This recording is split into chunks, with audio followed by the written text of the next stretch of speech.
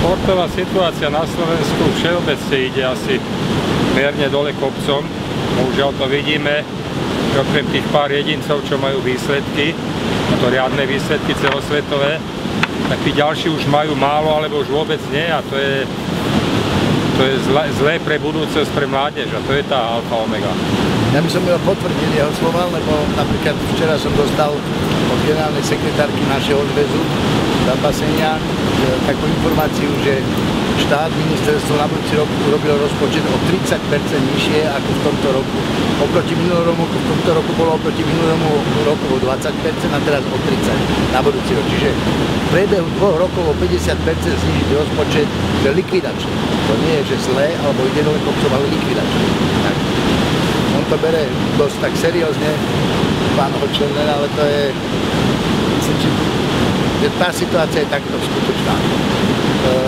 Oni majú jednu výhodu v rámci jeho, že dosiahli tak významné úspechy pre Slovenskú republiku, olympijské medaily, trojnásobní olympijskí víťazi, koľkokrát majstrami sveta, ani neviem povedať, lebo to už je strašne veľa.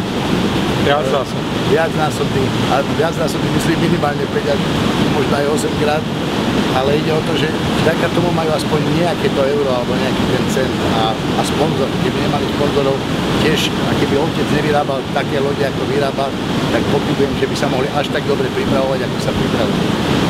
Čiže tá podpora zo štátu momentálne... Hovorím, tá podpora zo štátu je tam na tej najvyššej úrovni, ale žiadalo by si to hodne podporovať aj tú ďalšiu skupinu, ktorá je už v rezerve, to znamená tá mladších alebo mládež priamo. Lebo títo skončia, toto je silná generácia, títo skončia a tendencia je potom ísť veľmi prudko dole celým športom, a to je potom preč celá prevencia. To už potom nie je len o športe.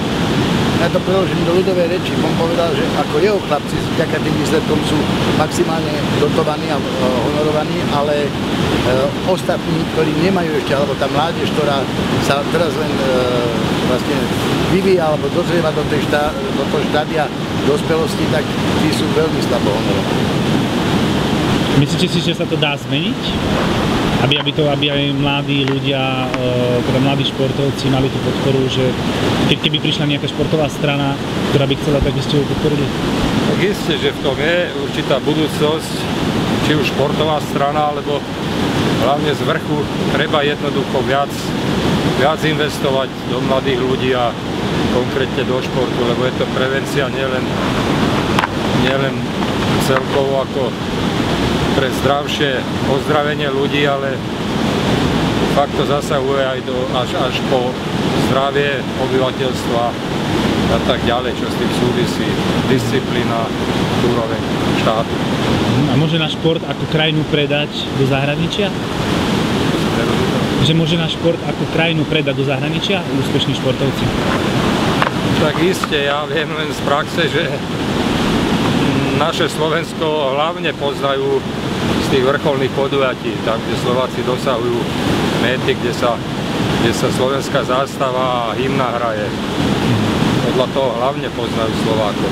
Ja si myslím, že reprezentáciu Slovenska okrem športovcov ťažko urobí niektorý politik z našej strany alebo z našej vlády, pretože tam nie je čo prezentovať nejak významne. Môžu sa tam akorát prezentovať tým, že sa budú hádať o eurovale. A to, že táto strana športovcov sa zakladá, je dôkazom toho, že sa nedá spoľahnúť na vládu ani súčasnú, ani predchádzajúcu, že by zlepšila pomer alebo financovanie toho športu alebo tie dotácie na šport, pokiaľ sa tam nedostaneme my sami a nedostaneme sa v takej možnosti rozhodovať o tom, aké peniaze budú pridelené štátom, tak ťažko to zmení niektorá z tých vlád. Mali možnosť a zatiaľ to neurobili, tak snáď preto aj tá myšlienka vytvoriť si svoju stranu športovcov, ktorá sa volá Strana občanov Slovenska, a tá by mohla vlastne zastupovať záujmy všetkých športov na Slovensku.